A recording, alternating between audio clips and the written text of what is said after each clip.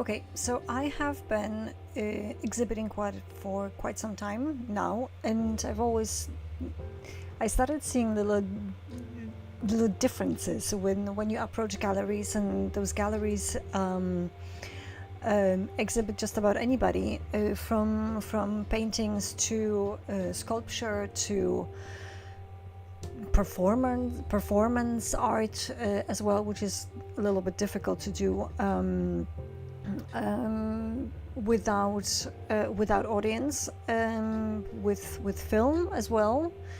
I guess that the variety is very good.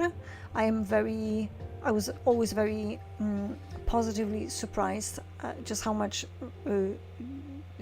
just how galleries are opened to all kinds of varieties. But every time I approach them and I ask them about, I'm a photographer, and then they usually say we don't take photographs. About 10% of the galleries that I have encountered, unless they're strictly photography galleries, which I have been to a few in London, the other ones, they don't seem to really invite a lot of photographers. It's like photography, it's like a subgroup of art. Not that it is, but that's the feeling I kind of felt. Like, we have art and then we have photography, like completely something, like a completely different subgroup. So that was my question. Sorry, I just had to turn down the music a little bit. So that was my question to myself. Is photography less desired? Because from the very beginning, I cannot really get like a straight answer from galleries. There's like, well, no, it's not less desired, but we wanted to show more sculpture, we wanted to show more paintings, we wanted to show more drawings. But everywhere you go, it's exactly that. So I wanted to know what exactly is about photography, and I thought maybe I could research.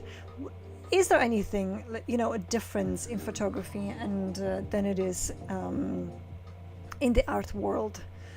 I mean, for the most, I guess photography might be received as less desirable than paintings due to its historical association with mechanical reproduction. Historically, it was cheaper. Photography, the first daguerreotypes, people would come into photographers to have their pictures taken if they couldn't afford to have their painting done, portrait. And also remember that when you would paint someone, you wouldn't paint them exactly what they would look like, you would beautify them a lot. That was a very common practice. Because later those paintings would also travel from one place to another. If you would want to introduce someone to someone, then usually women to men from higher society. So usually that beautified painting would travel around, travel with them to, as this is what the person looks like. And of course that was not the case. So photograph would actually show you exactly what that person looked like. Yeah, I've already done a video on my Instagram on beautifying, not exactly beautifying, but using the first form of Photoshop by painting a little bit in the Victorian era, how you would forcibly make a waistline smaller on women, and that was done with retouch. So so photography may be perceived as less desirable than paintings because you can reproduce them. They're a little bit more mechanical, or maybe reproduction over artistic expression. Although, of course, there's a lot of photographs that have artistic expression. A perceived lack of unique originality. I guess we could, but then again, just like paintings, they break into cubism, into abstract, also, and so on. We can do the same with photographs. Back then, it wasn't so. when the first daguerreotypes were a little bit developed in a more massive scale. We could only do so much. Now we have, of course, portraiture, as we speak, fine art. We have journalism, we have everything. We have sports photography, we have people that combine that with music concerts, for example. They specialize in a lot of motions, to capture the motions. Then we have like I mentioned, journalism as well, and that also I think is very impactful, and could create this illusion that all photographs are exactly the same. But not exactly. Everybody has their own kind of style, and with quite a few famous photographers, you can actually tell the difference from one from another. But it was perceived as lack of artistic expression, a lack of unique originality, like automation of process, that you can just take 3-4 photographs at a time if a person can sit long enough in front of the camera. And right now we have the technology of smartphones, and so a lot of people also call themselves photographers. I'm an iPhone photographer, so it's I think the art of photography suffers. I think suffers because of how we show it, how we perceive it, sometimes creating this illusion of soulless generic content. And in contrast, painting is valued for the inherent uniqueness, objective interpretation, and labor intense, some one-of-a-kind nature of the handcrafted artwork. But that's if we don't talk about massive work. Then in paintings we can also argue, but for example, I make paintings in Photoshop or in I'm not really familiar with any other drawing programs, so we can also make it mass production in terms of digital paintings, which comes to a good debate. Are they no longer on the same level, paintings and photographs? I would argue yes, because we are allowing technology to maybe not take over, but give us a little bit more flexibility. Some people would still prefer to paint. Blue paint, who used to be the most expensive one in the world, so that's why paintings were also very, very expensive. But right now there are painters that will create not something that is a painting per se, but maybe a decoration for a house.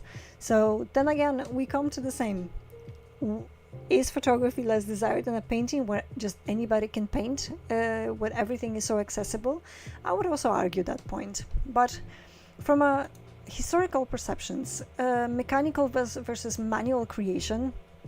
So early on, the belief was that photography was created by a machine rather than through a human creativity, leading to a view that it lacked the soul of meaning or meaning found in traditional art forms like painting or a sculpture, for example. Sorry, the music.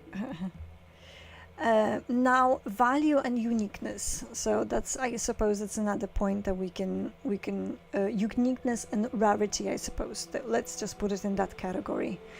Paintings are often considered as one of a kind, handcrafted pieces that cannot be reproduced, making them unique and valuable. And the value of a painting can increase with factors like the artist's reputation, rarity, and historical significance.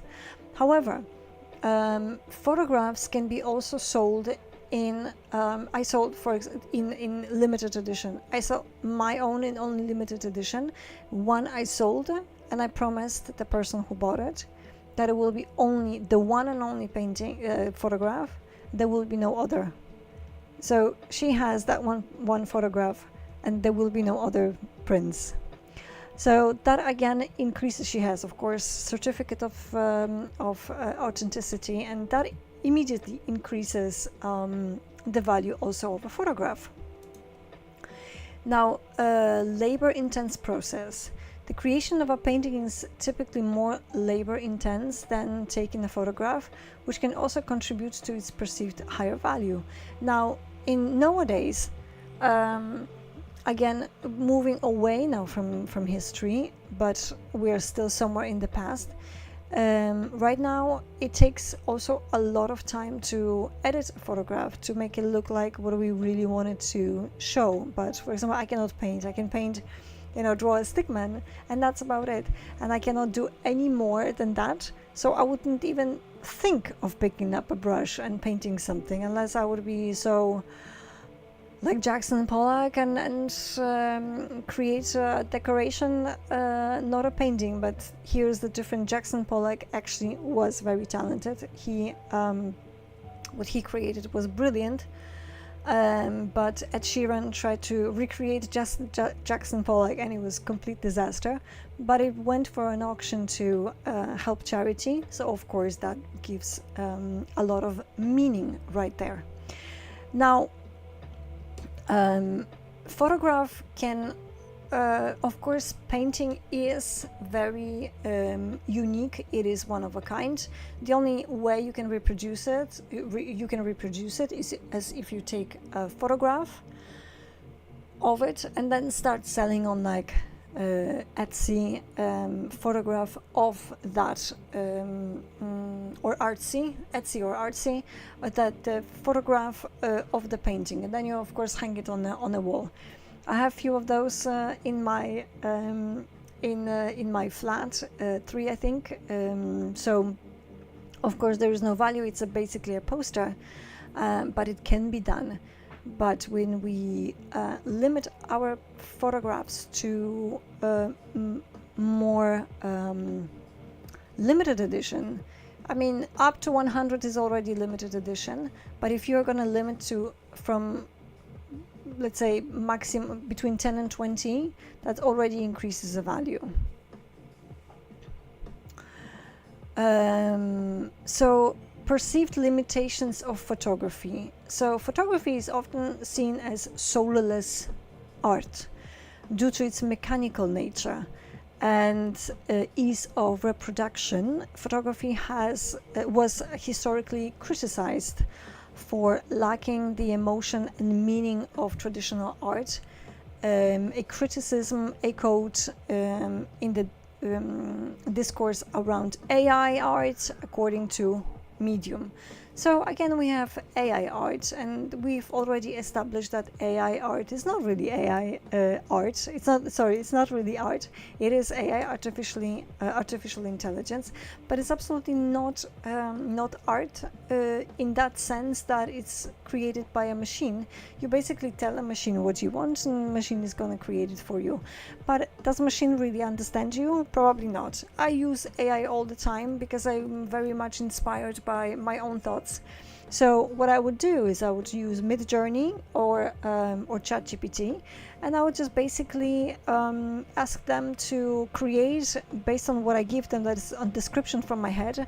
Ask them to create an image, and then based on that they would create their own version of image. Of course, there are many details that I have in my head that I cannot describe, like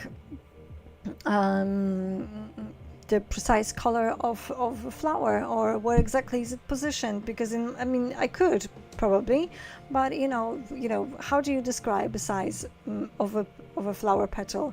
You might come a little bit bigger, it might come a little bit smaller. So I am very interested to see what they actually come up with, and that would be only the inspiration that I would like to save later in my phone or in my computer, so I don't forget what I actually was thinking, and would recreate this as a photograph. So, but we can also do the same nowadays with a painting. Like, we would like to save our idea. We don't have that much time. It's like, okay, I would like to create this kind of painting. And then we can give that image to our mechanical friend, our AI artificial intelligence friend, and then it can just generate for us an idea that we have in our head.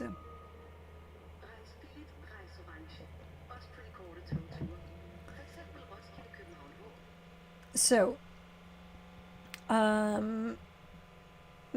so photography is also perceived as automated reality.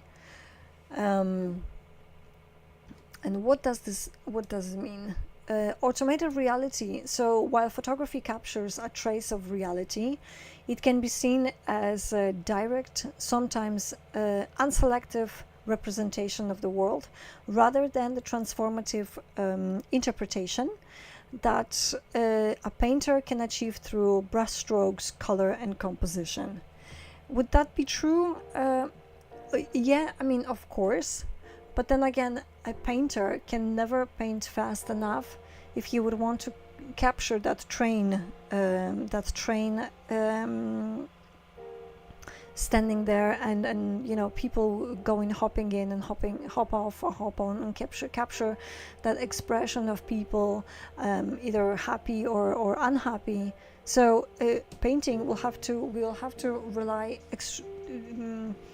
on the imagination of a painter, on the I guess unique strokes of a brush strokes of the painter, and how the painter would like to show us what he has seen.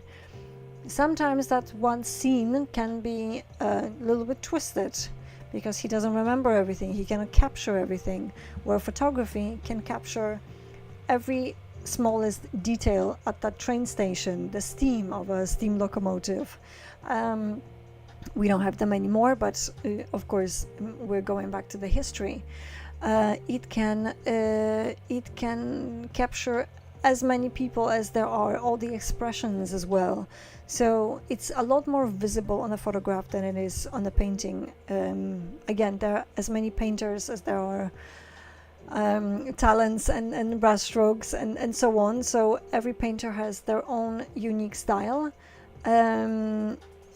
So without much details, he can just kind of, we don't know if that person is happy or sad, but again, there are some that are extremely detailed painters, and definitely showing us what we would like to see as if it was a photograph.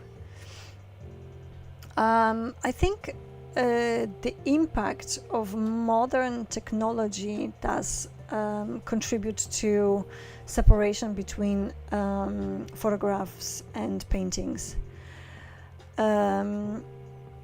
Democratization of image creation. So the rise of camera phones has made image creation and sharing accessible to almost everyone, leading to an overwhelming value of images in society.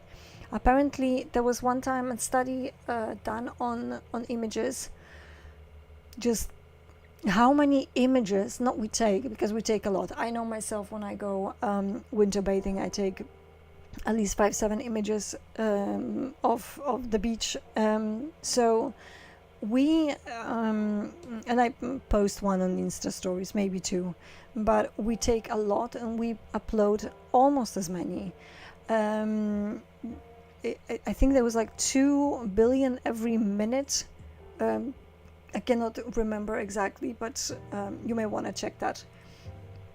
That's how many photographs we upload into Instagram or other social media, because now it's also videos, because we just want them to be, we want it to be seen. And photographs, of course, of our food, of selfies of our dogs and cats playing around, and oh my god, what a cute little flower, what a cute little horse somewhere out there. And we share memories, we share some other things that we want to or don't want to really forget, want to show or don't want to forget. So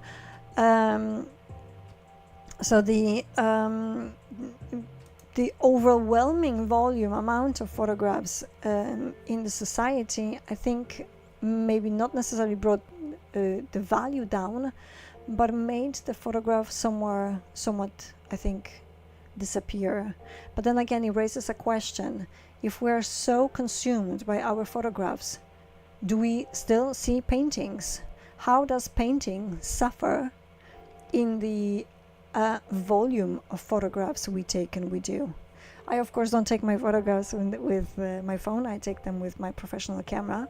But I think that's a good way of thinking about how does that amount of our photos help or does not help, maybe makes photographs suffer. Makes paintings suffer.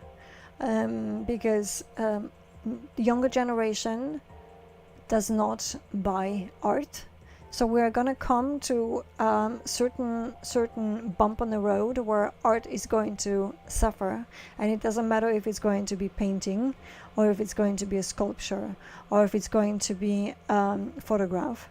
Young generation does not care much about art in that sense of form. So the question is, how is this going to impact us? How is this going to painters and photographers, and how is this going to make us, the art world, suffer? Oversaturation and genericism, this democratization and the resulting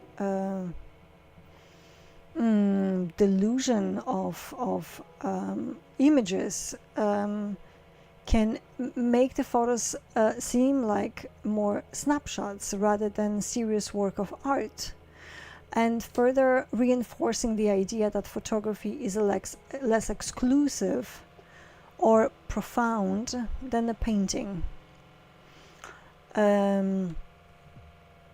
So that again, we are back to, of course, we want to show our work out there, let's say out and about. But what makes now the photograph more or less desired than a painting? Or painting is somewhere disappearing because maybe a photograph is becoming so mainstream that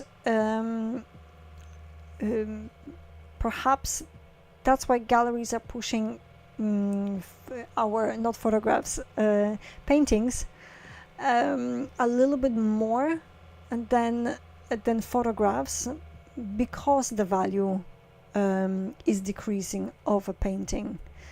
I never got a real, due to the fact that we're taking so many selfies and post them, and you know, every flower is now considered to be art. And I'm really not sure. I think it comes down to one thing, that it is us who have, let's say, created that or contributed to decreasing the value of photography and perhaps increasing the value of a painting. Not even historically speaking, but now we're making the paintings more desirable, perhaps, which no galleries were able to answer that question to me. So this is just purely my guess. Because of the massive amount of photographs that we take, thinking, okay, this is great, this is art. So I think I would probably invite everybody to a debate about, is painting more desirable or is photograph less desirable than a painting? I would say no to neither of them, because I think in the end it's all about a personal choice. I have two paintings in my house, and I have one third painting up in the attic because it just doesn't match my interior. It's from the same Japanese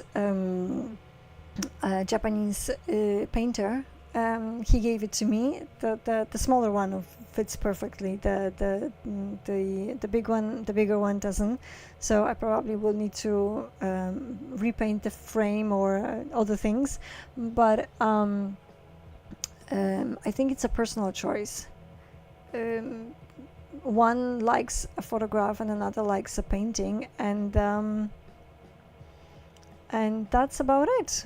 I would strongly invite you to a debate. For me, both forms of art are very inspirational, so I love to have an inspiration, take inspiration from both, and I do take inspiration from both paintings and photographs. Both are based on very rich history of developing, shaping our world and how we are today, and I love going to galleries and museums and look at them, and I think it's art. It's a form of art that both paintings and photography that we do need, and we should take good care of both, because who knows, maybe one day it's going to disappear and there's going to be nothing. So